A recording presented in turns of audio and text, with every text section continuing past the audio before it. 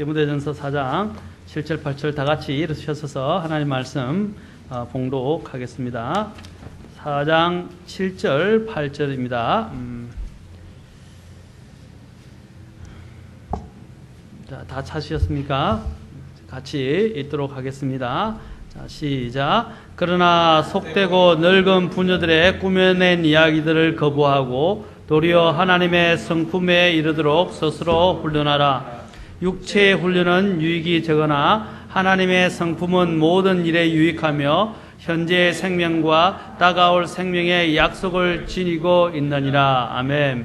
기도하겠습니다. 하나님, 주의 말씀을 높이시고 또한 이런 어려운 가운데서도 주님을 사랑해서 이 자리에 나온 주님의 지체들을 기억해 주시고 함께 해주시고 하나님의 말씀으로 채워주시고 또한 위로하시고 권면하시고 또한 믿음을 더해 주시옵소서. 주님께 이 시간을 온전히 의탁하니 하나님께서 함께 해주시기를 원합니다.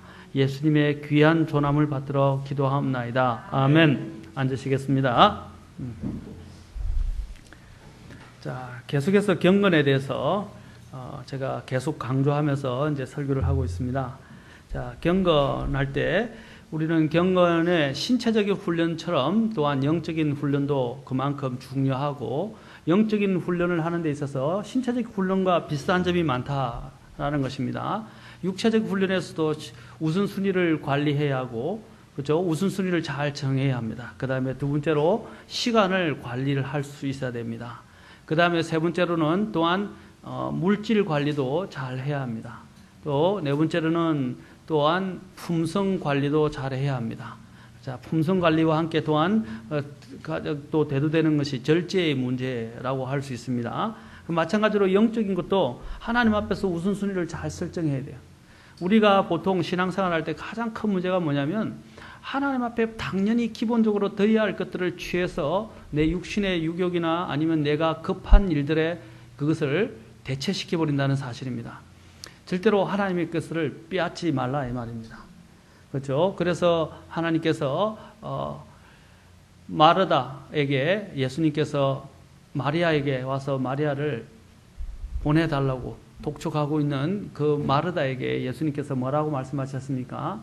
내게 꼭 필요한 것은 한 가지다라고 말씀하셨어요. 그래서 그녀는 좋은 것을 택하였다라고 말했습니다. 그 좋은 것이 무엇입니까? 주님의 발치에 앉아서 말씀을 듣는 겁니다. 주님이 계실 때 주님의 임재 가운데서 주님과 함께 시간을 보내는 것보다 더 좋은 것은 없습니다. 섬기는 것 중요합니다. 섬기는 것보다 더 중요한 것이 주님과 나만의 관계를 설정하는 것입니다. 저도 이제 목회 사역을 해오면서 가장 큰 저의 치명적인 이제 부족함을 하나님께서 깨닫게 해주셨어요. 20년간의 사역을 여러 가지 돌아보면서 깨닫게 해주신 게 뭐냐면, 제가 이제 지나치게 저도 성과나 일이나 또 많은 일들을 많이 했었습니다. 그렇다고 해서 마음이 없는 건 아니지만 최선을 다해서 한다고 했지만 사람보다도 하나님이 주신 일들에 관심을 많이 가졌어요. 그러니까 이런 관계가 더 중요한데, 교회는 성도들이잖아요. 그래서 성도들과의 관계가 더 중요한 문제인데 성도들과의 관계보다는 일에 더 많이 치중되어 있음을 보게 되고, 또 목회자들이 그런 게 있어요. 작은 교회 목회자들은요 너무 행정이 많아요. 오늘날 교사들을 보면, 여러분 교사들 이야기를 다 들으면요, 교사들이 도저히 일을 못 해먹겠다 그래요.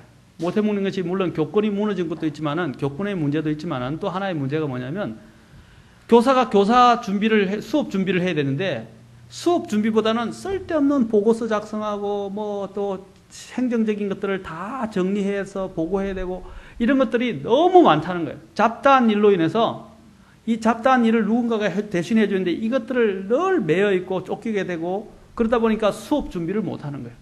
그래서 자기는 교사가 되는 것은 아이들을 수업 준비를 잘해서 아이들을 잘 가르치고 또 아이들을 훌륭한 일꾼으로 길러내는데, 이렇게 비전을 갖고 교사를 했다가 이 행정 때문에 실족을 해가지고 그냥 마음을 다 망쳐버리는 거예요. 그래서 교사의 꿈을 접어버린 사람도 있습니다. 이 교사가 이런 게 아니었다는 거죠. 그러니까 또 교감 눈치 보고 교장 눈치 보고 이사장 눈치 보고 또 사람 관계 속에서 이렇게 하다 보니까 본연의 아이들과의 관계가 형성이 안 되고 수업 준비도 못 하는 거예요. 목회도 마찬가지입니다. 여러분 목회자들이 그냥 가만히 앉아서 시간이 되게 많은 줄 아시죠? 그렇지 않습니다. 목회는 참 놀라운 게 뭐냐면 일 안 하면 일이 하나도 없어요. 그런데 일을 하면 일이 끝이 없어요. 그게 목회예요. 살피기 시작하고 관심을 갖기 시작하고 또한 돌보기 시작하면 그 끝은 한계가 없어요. 그런데 관심을 끊어버리고 자기가 차리면 시간은 너무 많아요. 그런데 그것을 누구 앞에서 책임져야 합니까? 하나님 앞에서 책임져야 합니다. 그게 굉장히 두려운 문제예요. 다른 사람보다도 더 책임이 무겁다는 것입니다. 그래서 야고보서 3장에는 뭐라고 말하고 있습니까? 너희는 많이 선생이 되지 말라 그랬어요. 왜 선생이 많이 되지 말라고 그랬습니까? 말을 많이 해야 하고 거기에 대한 책임이 더 많기 때문에 나중에 더 주님에 대해서 심판을 받는 것이 더 크다는 것입니다. 그래서 선생이 되는 것이 그것이 좋은 것은 아닙니다. 많은 사람들이 선생을 끌고 목사님이 되면 얼마나 좋을까 이렇게 생각하는데 여러분 선생이 되고 목사가 되는 것이 좋은 것만 아니에요. 아까도 얘기했지만 더 큰 심판과 정죄가 있다는 건 사실입니다. 이 얼마나 두려운 일입니까? 그렇죠?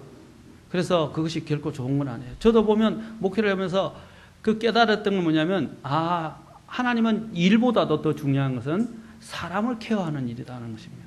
그리고 사람과의 관계를 가지는 것입니다. 성도들은 우리가 교회 사역이라는 것은 일이 아니잖아요. 일보다 중요한 것은 영혼의 사역입니다. 그렇죠? 기존에 있는 지체들에 대한 수고, 지체들을 말씀으로 먹이고 지체들을 돌아보고 지체들을 또한 영적인 이런 모든 면에서 보호해주고 또 악한 이리들과 같은 이런 영적인 시험과 세력들로부터 그들을 지켜주고 보호해주는 것이 목회 아닙니까? 그렇죠? 그런데 어떤 일들을 이루고 눈에 보이는 진척을 만들고 교회를 건물을 멋있게 만들고 하는 것보다 더 중요한 게 사람과의 관계의 문제입니다. 그렇죠? 그것이 우선시되어야 된다는 것을 하나님이 가르쳐 주셨어요. 마찬가지로 우리가 또한 신앙생활할 때 가장 중요한 게 무엇입니까? 일이 아니라 관계예요. 관계. 우리가 구원받는 것도 예수님이 해주신 일을 믿는 겁니까? 그 일을 해주신 인격자이신 예수님을 믿는 겁니까? 예수님이 해주신 일을 믿긴 하지만 우리는 그 일을 이루어주신 예수님을 믿는 겁니다. 그렇죠? 우리는 믿어야 할 사실이 있고 영접해야 할 분이 있다고 어떤 성경부 교재는 그렇게 이야기했어요. 그건 정확하게 이야기한 것입니다. 찰스 길무어 박사가 그렇게 했는데 뭐라고요? 믿어야 할 사실이 있고 영접해야 할 분이 있다는 것입니다. 그래서 믿음은 무엇입니까? 인격적으로 예수님을 만나는 것이지 예수님이 하신 사실만 믿는 게 아니에요. 그 사실을 이루어주신 예수님을 인격적으로 내가 만나고 인격적으로 교제하는 것, 바로 이게 구원이라는 것입니다. 신앙생활도 마찬가지예요. 신앙생활은 어떤 일을 하고 교회에 참석하고 이런 문제가 아니라 모임을 참석하는 목적이 뭐예요?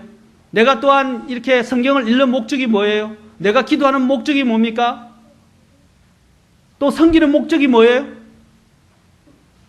주님을 영화롭게 하고 주님과의 관계가 깊어지기 위해서입니다. 그렇지 않습니까? 이 목적을 잃어버리면 신앙의 가장 근간이 되는 중심이 되는 것이 흔들려 버리는 거예요. 주님과의 관계가 그만큼 중요하다 이 말입니다. 사랑하는 성도 여러분, 다른 어떤 것보다도 주님이 말씀하시죠. 마르다에게 너에게 필요한 것은 한 가지니라. 그것이 바로 좋은 것을 택하였다라고 말합니다. 여러분 다른 것보다도 주님과의 관계를 소홀히 하지 마십시오. 또 시간에 쫓겨서 물론 진심으로 무릎 꿇고 기도하지 못할 때도 있어요. 또 깊이 있게 성경을 읽지 못할 때도 있어요. 그러나 어떻게 해야 됩니까? 순간순간마다 주님을 잊지 않고 놓치지 않고 주님과 대화하고 교제하고 이렇게 살아라 이 말입니다. 그렇죠? 자녀와 부모와의 관계도 무엇이 가장 중요합니까? 관계의 문제다 이 말이에요. 관계. 그렇죠? 어떤 일을 잘하고 못하고의 문제가 아니라 관계의 문제. 모든 것은 관계의 문제예요. 하나님께서도 우리에게 원하는 건 뭐냐면 그분과 우리의 이런 친밀한 관계를 원하십니다. 아멘. 관계가 형성되면요. 어떤 문제가 생겨도 오해가 발생하지 않고 의심이 발생하지 않고 문제가 되지 않아요. 그렇잖아요. 내가 만약에 여기에 계신 한 목사님하고 관계가 굉장히 친밀하고 서로 신뢰관계가 깊어요. 그러면 혹시 오해의 소지가 생기거나 또 이해 못하는 상황이 생기거나 의심의 여지가 생겨도 어떻게 해요? 그런 것들이 나에게 개입되어서 나를 나와 그 사이를 관계를 해치지 못한다 이 말입니다. 왜? 신뢰관계가 꽉 형성이 됐기 때문에 그 어떤 것도 그걸 틈새를 비집고 들어올 수가 없어요. 그렇죠? 막을 수가 없단 말입니다. 마찬가지입니다. 우리가 하나님과 관계가 돈독해지면 그 어떤 마귀도 우리의 마음을 시험하고 어떤 환경도 우리를 흔들어 놔도 우리는 결코 그것들이 하나님과 우리의 사이의 관계를 나눌 수 없다는 것입니다. 그래서 하나님께 의심하지 않게 되고요, 불평하지 않게 되고요, 또 하나님 앞에서 또 여러 가지 부분에 있어서 불순종하는 일이 없게 된다 이 말입니다.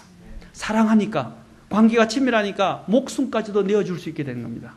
우리가 보면 옛날에 친구들 보면 친구의 의리라고 있지 않습니까? 목숨을 내놓으면서 친구를 위해서 지켜주는 것들.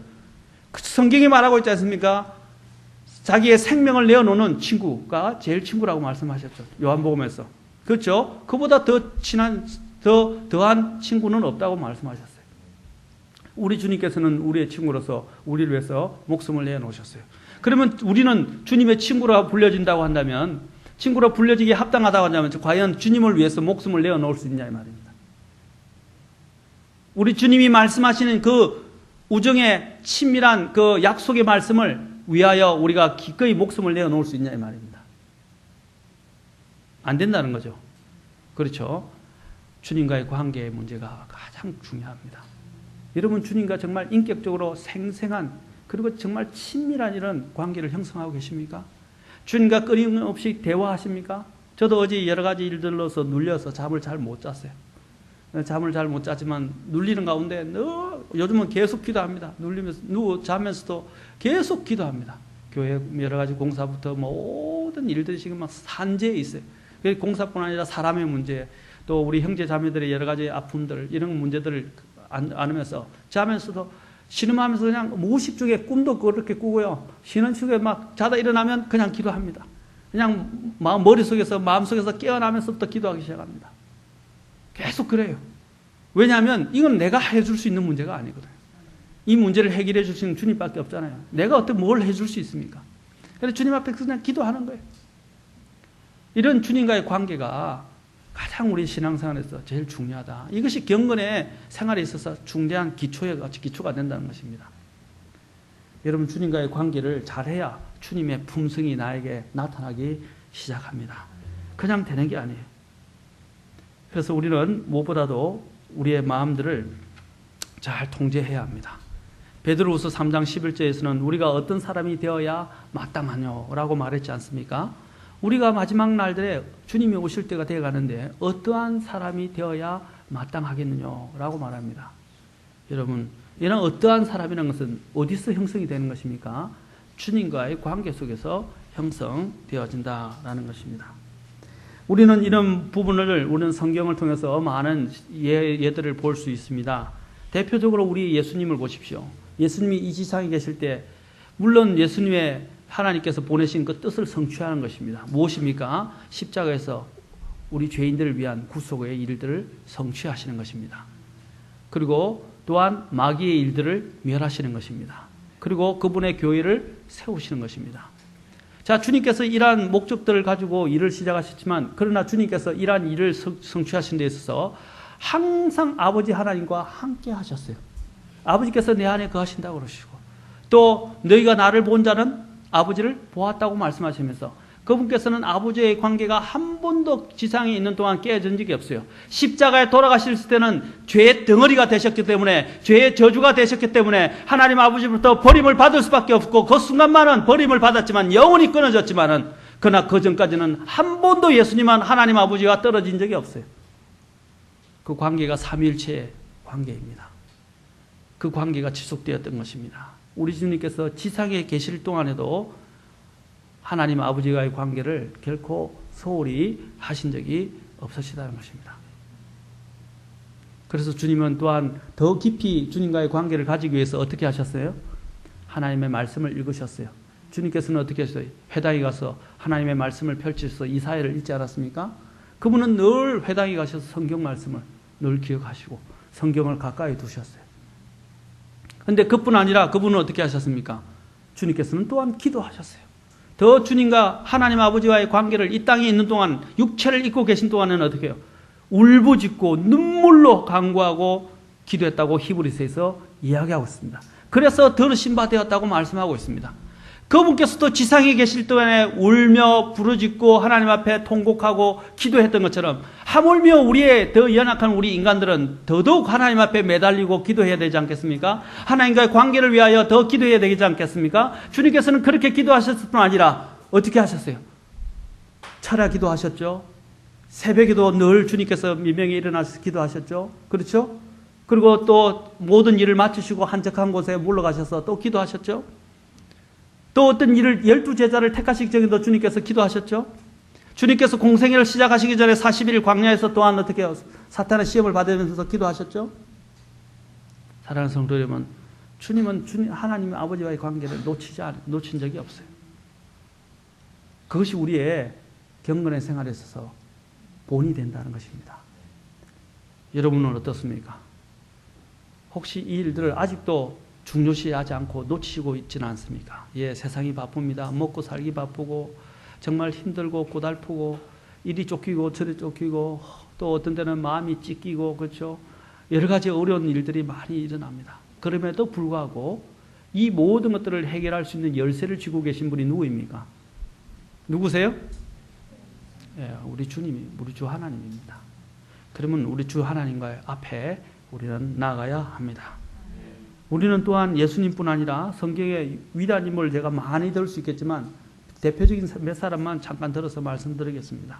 아브라함 같은 경우도 보십시오. 창세기 19장 27절을 보십시오. 자, 창세기 19장 27절. 자, 여기 보면 또 우리가 도전이 받는 내용이 나옵니다. 자, 아브라함도 그냥 믿음의 사람이 믿음의 위인이 되지는 않았어요. 자, 창세기 19장 27절.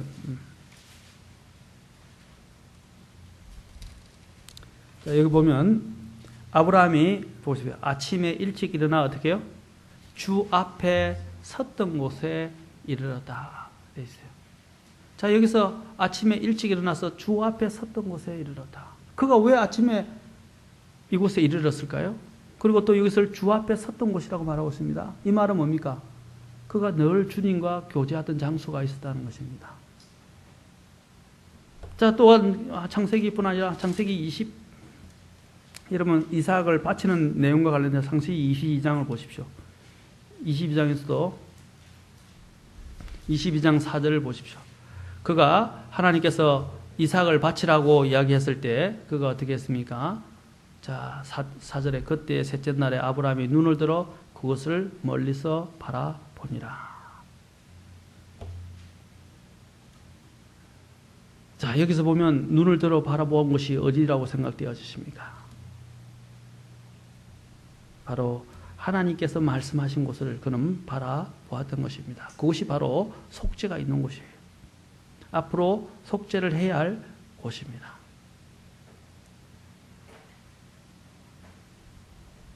자, 이러한 믿음의 생활들은 그에 있어서 모든 믿음의 생활들의 시험들을 이기고 믿음의 조상 아브라함이라고 불려지기에 합당한 사람으로 많은데 큰 기여를 했다는 사실입니다. 아브라함이 아침에 일어나서 주 앞에 섰던 것에 섰던 것처럼 우리 또한 여러분 우리가 주님과의 만나는 장소를 가져야 하고 시간을 가져야 합니다. 아멘. 요즘 우리 한 자매님은 요즘 매일 주님과 이런 관계를 시간을 가지니까 너무 좋다고 이야기하더라고요.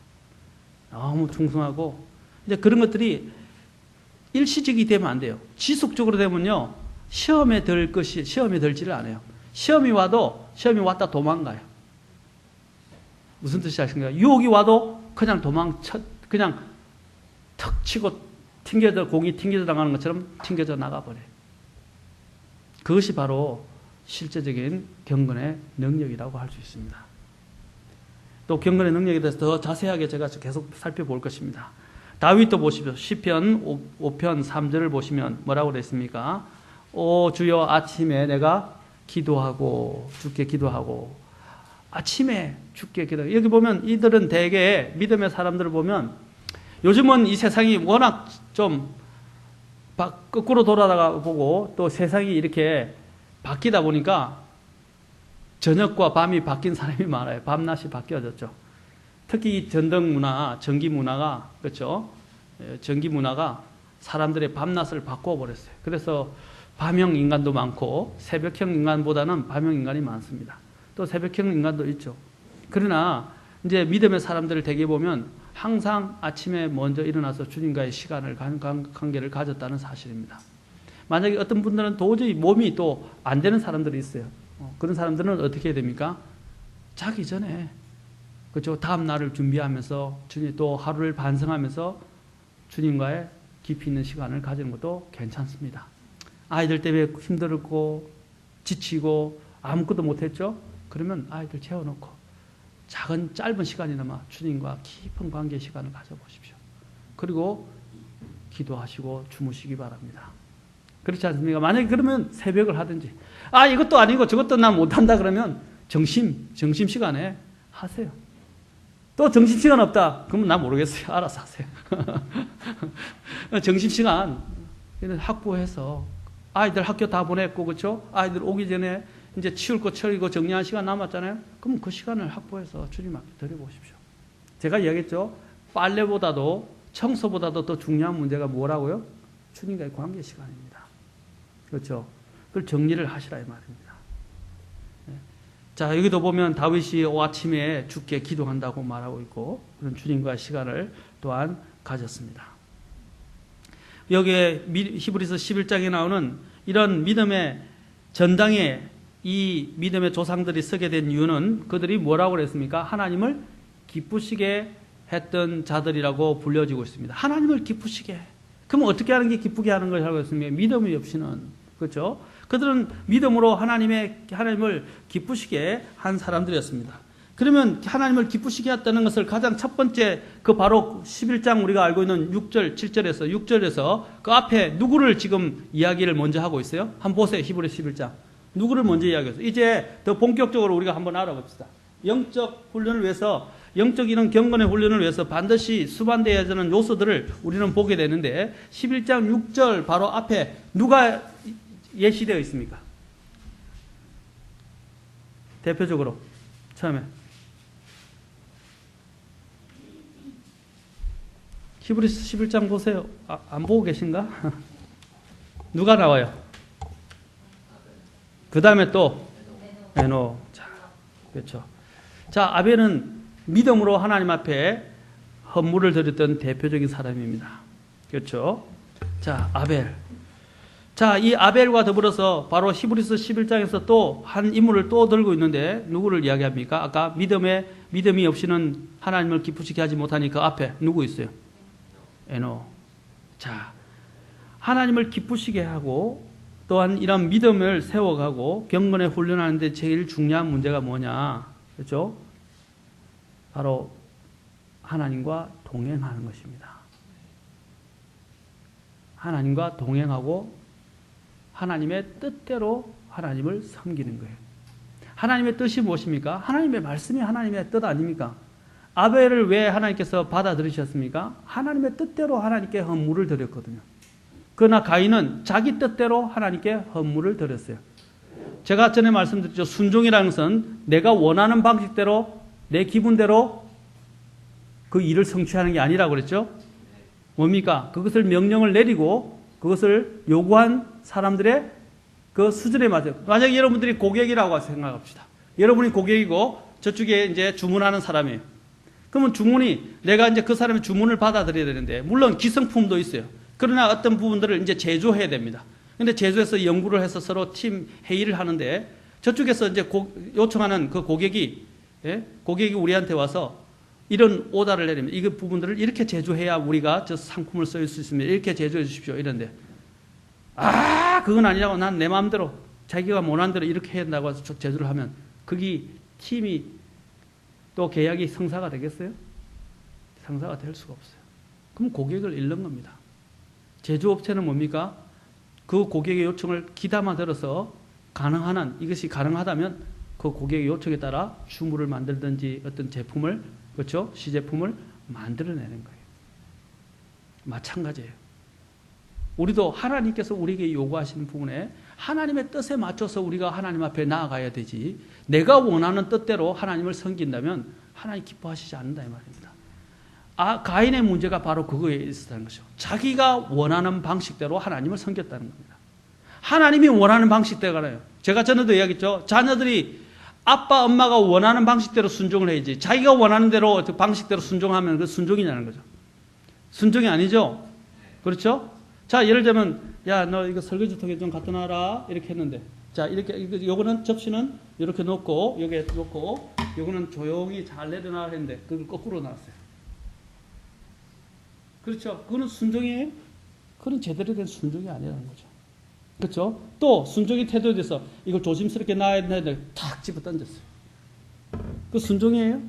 그건 제대로 된 순종이 아니에요. 하나님도 마찬가지입니다.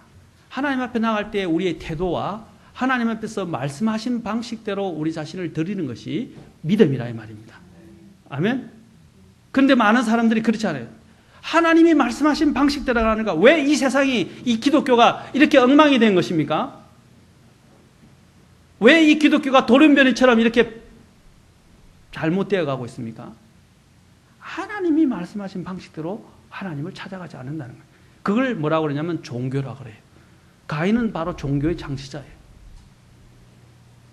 그래서 가인에게 대해서는 뒤에서도 이야기하잖아요. 살인자였고, 가인에 대해서는 가인의 길에 대해서 이야기를 합니다. 가인의 길이 뭡니까? 하나님의 방식이야 뜻이 아닌 내 뜻대로, 내 방식대로 하나님을 섬기는 겁니다. 그게 종교예요. 우리가 성경이 이렇다고 이야기하는데도 불구하고 많은 사람들이 이야기합니다. 특히 제가 간단하게 한 가지만 더 이야기하게, 방언에 대해서 이야기합시다. 방언에 대해서 성경은 뭐라고 이야기하면 방언은 외국어라고 이야기하고 있어요. 알아듣지 못하는 말이 아니에요. 사도행전 2장에서부터 다른 외국어였잖아요. 그게 방언의 시작이에요. 사도행전 2장 신약에서. 고린도전서 보세요. 방언을 어떤 사람이 해야 된다고 그랬어요? 여자가 방언하게 돼 있어요? 안 돼 있어요. 성경에서. 고린도전서 12장부터 14장까지 쭉 봤어요. 보세요. 특히 14장에 여자들이 방언하게 돼 있냐고요. 방언할 때는 또 어떻게 하라고? 규칙이 있어요. 방언을 할 때는. 그래서 사도 바울이 또 뭐라고 그랬습니까? 1만 마디 알아듣지 못하는 말보다 5마디 알아듣는 말이 더 낫다고 말했어요. 그리고 또한 방언의 목적이 무엇입니까? 그것은 믿지 않는 유대인들을 위해서 주어진 표적이에요. 다음에 제가 방언에 대해서 자세하게 가르칠 겁니다. 믿지 않는 유대인들을 위한 표적이었어요. 안 믿는 사람들을 위한 게 아니라, 믿는 사람들을 위한 게 아니에요. 그런데 지금 이게 어떻게 방언을 한 사람들을 보면 다 교회 내에서 하고 있어요. 또 대부분은 여자들이에요. 그리고 성경이 말하는 규칙대로 하지도 않아요. 그러면 그것이 하나님이 기뻐하시는 겁니까? 아니라는 겁니다. 성경에 여자 목사 있습니까? 없어요. 여자 집사 있습니까? 없어요. 여러분들이 알고 있는 다른 이런 직분이라는 이런 것들도 있습니까? 권사 있습니까? 강도사 있습니까? 왜 성경이 없는 걸 만들어내냐 이 말입니다. 이 성경이 없는 것들을 만들어내서 사람들에게 직분을 줘서 교회 안에 묶어놓고 잡아놓고 자는 것이 무엇입니까? 그게 종교라는 거예요. 하나님이 만들어내지 않는 것들을 왜 만들어내서 생성해서 교회 안에서 시행을 하냐 이 말입니다. 그게 유대인들에게도 있었다고. 유대인들이 어떻게 했습니까? 자꾸 율법에 덧붙여서 해석을 가지고 인간의 전통을 만들어냈지 않습니까? 유전을. 오늘날 기독교도 마찬가지예요. 하나님이 말씀하지 않은 것들을 만들어내는 것입니다. 디모데전서 보십시오. 감독, 장로, 목사가 다 한 직분을 이야기하죠. 그 다음에 뭡니까? 집사. 2가지 직분밖에 없어요. 권사가 어디 있어요? 강도사가 어디 있냐고. 없어요. 그런데 왜 하나님이 말하지 않는 걸 하느냐. 인간의 편의와 인간의 방식에 따라 사람들을 묶어놓기 위한 수단 방법으로 감투를 주고 만들어내고 하는 것은 하나님 기뻐하시는 게 아니라는 겁니다. 제가 이제 예를 들어서 말씀드리는 겁니다. 하나님을 섬기는 것은 믿음으로 하는데 믿음은 하나님의 말씀에 근거를 하는 것입니다. 그것이 바로 아벨의 믿음이었습니다. 두 번째로 여기서 이야기하는 것은 무엇입니까? 하나님과 에녹, 마지막 이것까지만 오늘 하겠습니다. 에녹은 무엇입니까? 하나님과 동행했다라고 말하겠습니다. 이거 동행하는 것이 하나님을 얼마나 기쁘시게 합니까? 걸어가나 앉았을 때나 누웠을 때나 언제든지 주님만을 생각하고 주님과 대화하고 주님과 교제하고 주의 말씀을 듣고 묵상하고 그 얼마나 아름다운 생각이에요. 100% 우리가 그렇게 하지 못하면 적어도 그런 의식을 갖고 주님의 임재 가운데서 늘 주님과 동행하고 살아가야 되지 않겠습니까? 그렇죠. 그러면 주님의 임재가 있는 곳에서는 죄를 범할 수 있는 여지가 없어져요. 왜? 주님의 임재는 무엇입니까? 주님을 두려워하는 마음 아닙니까? 하나님을 두려워하기 시작하면 어떻게 됩니까? 하나님이 계시다는 걸 아는데 내가 어떻게 감히 죄를 범할 수 있겠습니까? 그렇죠? 죄가 들어오려 해도 도망치게 돼요. 하나님에 대한 두려운 마음이 내 안에 있는데. 근데 그 두려움이 약하고 죄에 대한 유혹이 더 커지니까 돼요? 하나님을 잊어버리고 놓아버리고 어떻게 해요? 죄에게 뛰어드는 겁니다. 임재가 강해지면 강할수록 하나님과 관계가 깊어지면 깊어질수록 어떻게 해요? 죄를 쳐냅니다. 유혹을 빨리 쳐낸다 이 말입니다. 하나님과 동행은 그 어떤 것보다도 중요합니다. 모세는 그를 2번씩이나 하나님과 동행했던 사람이라고 말하고 있습니다. 히브리서 11장에서 그는 바로 믿음의 전당에 선 이유는 하나님을 기쁘시게 했던 자라고 불려주고 있습니다. 에녹은 하나님 중심적인 삶을 살았고 하나님께 초점을 맞추었고 하나님을 그의 존재의 목적으로 삼고 살았다는 것입니다. 이렇게 이야기하면 고리타분하죠. 이 세상을 사는데 좀 다른 것도 하고 이것도 하고 저것도 하고 적당하게 타협하면서 누리면서 살면 되지 않느냐. 그냥 누리면서 사세요. 뭐라 합니까? 살아보라고요. 그러나 주님 앞에 섰을 때 무엇이 남을 것인가는 반드시 계산해야 된다는 것을 기억해야 합니다. 주님도 무작정 고리타분한 이런 신앙인 그런 사람을 하나님은 되라고 말씀을 하시지 않습니다. 분명히 전도서에서는 너희가 가진 하나님이 주신 것들로 누리라고 그랬어요. 그러나 아까도 이야기했지만 제일 중요한 게 뭐냐면 우리가 누리는 것들이 어떻게 해요? 하나님의 것들을 빼앗아가면서 하나님의 것들을 희생시켜가면서 하나님의 것들을 대체시켜가면서까지 누리지 말라 이 말입니다. 그런데 오늘날 많은 현대인들이 어떻게 하고 있습니까? 그리스도인의 사람들도 하나님의 것까지도 다 바꿔가면서 어떻게 해요? 자신들의 육신의 기회와 육신의 즐거움을 위하여 바꿔버린다는 것입니다. 그래서는 안 된다 이 말입니다. 우리도 누릴 권리가 있어요. 꽃을 보고 들에 가보고 소풍도 다니고 또 즐거움을 갖고 웃기도 하고 그렇죠? 가족들과 즐거운 시간을 보내기는 건 좋은 일이에요. 그건 나쁜 거 아닙니다. 그러나 하나님께 드리는 만큼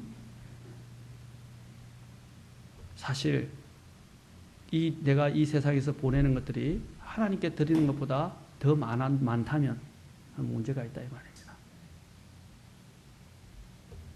전에도 이야기했지만 장난감을 사는 것도 선교를 위해서는 만 원도 아까워서 못 내면서 아이들 위해서 장난감을 사주는 문제는 몇만 원짜리 사주고 이런 것들도 우리가 잘 생각해 보면 도가 지나친 거죠. 그렇죠? 어떤 때는 아이들을 위해서 큰 거 사줘야 할 때도 있어요. 그러나 평상시에 주님을 위해서 내가 많이 드리고 또한 주님을 위해서 선교와 복음을 위해서 내가 기도하고 드리는 사람들이라면 문제가 안 돼요. 그렇죠? 그런데 주님 앞에는 드린 게 하나도 없으면서 장난감을 사준다는 몇십만 원짜리 사주고 심지어는 요즘 애들 보니까 심지어는 전기차도 사주더라고 애들요. 한 4-5살 되니까 남자애들요. 그게 수십만 원 하거든요. 그런데 그렇게 주객이 전도되어진다면 주님이 과연 기뻐하실까요? 저는 이제 극단적인 예를 하나 들어서 말씀드리는 겁니다. 11조의 문제도 마찬가지고 주의를 지키는 문제도 마찬가지고 다른 모든 문제도 마찬가지입니다. 주님의 것을 가장 소중히 하면 주님보다 더 많이 투자되어지는 것은 없어야 된다는 것입니다. 그렇죠? 그러한 마음가짐을 가지고 우리가 신앙생활을 할 필요가 있다 이 말입니다. 바로 에녹은 바로 하나님께만 초점을 맞추고 하나님을 그의 존재 목적으로 하며 살았고 에녹은 하나님과 동행했고 하나님과 교제를 즐거워했고 하나님을 기쁘시게 하는 삶을 살았습니다. 그는 하나님께 헌신되어졌다. 하나님이 그의 삶의 우선순위였다라는 것을 보게 됩니다. 이것이 바로 경건이 말하는 기초입니다. 사랑하는 성도 여러분, 오늘 여러분들이 여기서 배웠듯이 이제 경건이라는 것은 오늘 여기서 하나님 앞에서 믿음, 하나님의 뜻대로 주님을 섬기는 것이며, 그렇죠? 경건은 거기서 시작되는 것이며, 또한 하나님과 동행하는 데서 세워지기 시작한다는 것을 기억하시고, 두 가지 인물을 이야기했죠. 아벨과 에노를 통해서 주님은 그것을 믿음을 정의하시면서 그 두 가지 인물을 먼저 제시하셨다는 것을 기억하시기 바랍니다. 이것은 중요합니다. 기억하십시오. 내 방식으로 하나님을 섬기는 것이 아니다. 그렇죠? 하나님의 말씀대로 하나님을 섬기고 하나님을 경외하는 것. 이것이 믿음의. 그 다음에 두 번째로는 하나님과 동행하는 것. 여러분 오늘 이것을 꼭 기억하시고 돌아가실 수 있기를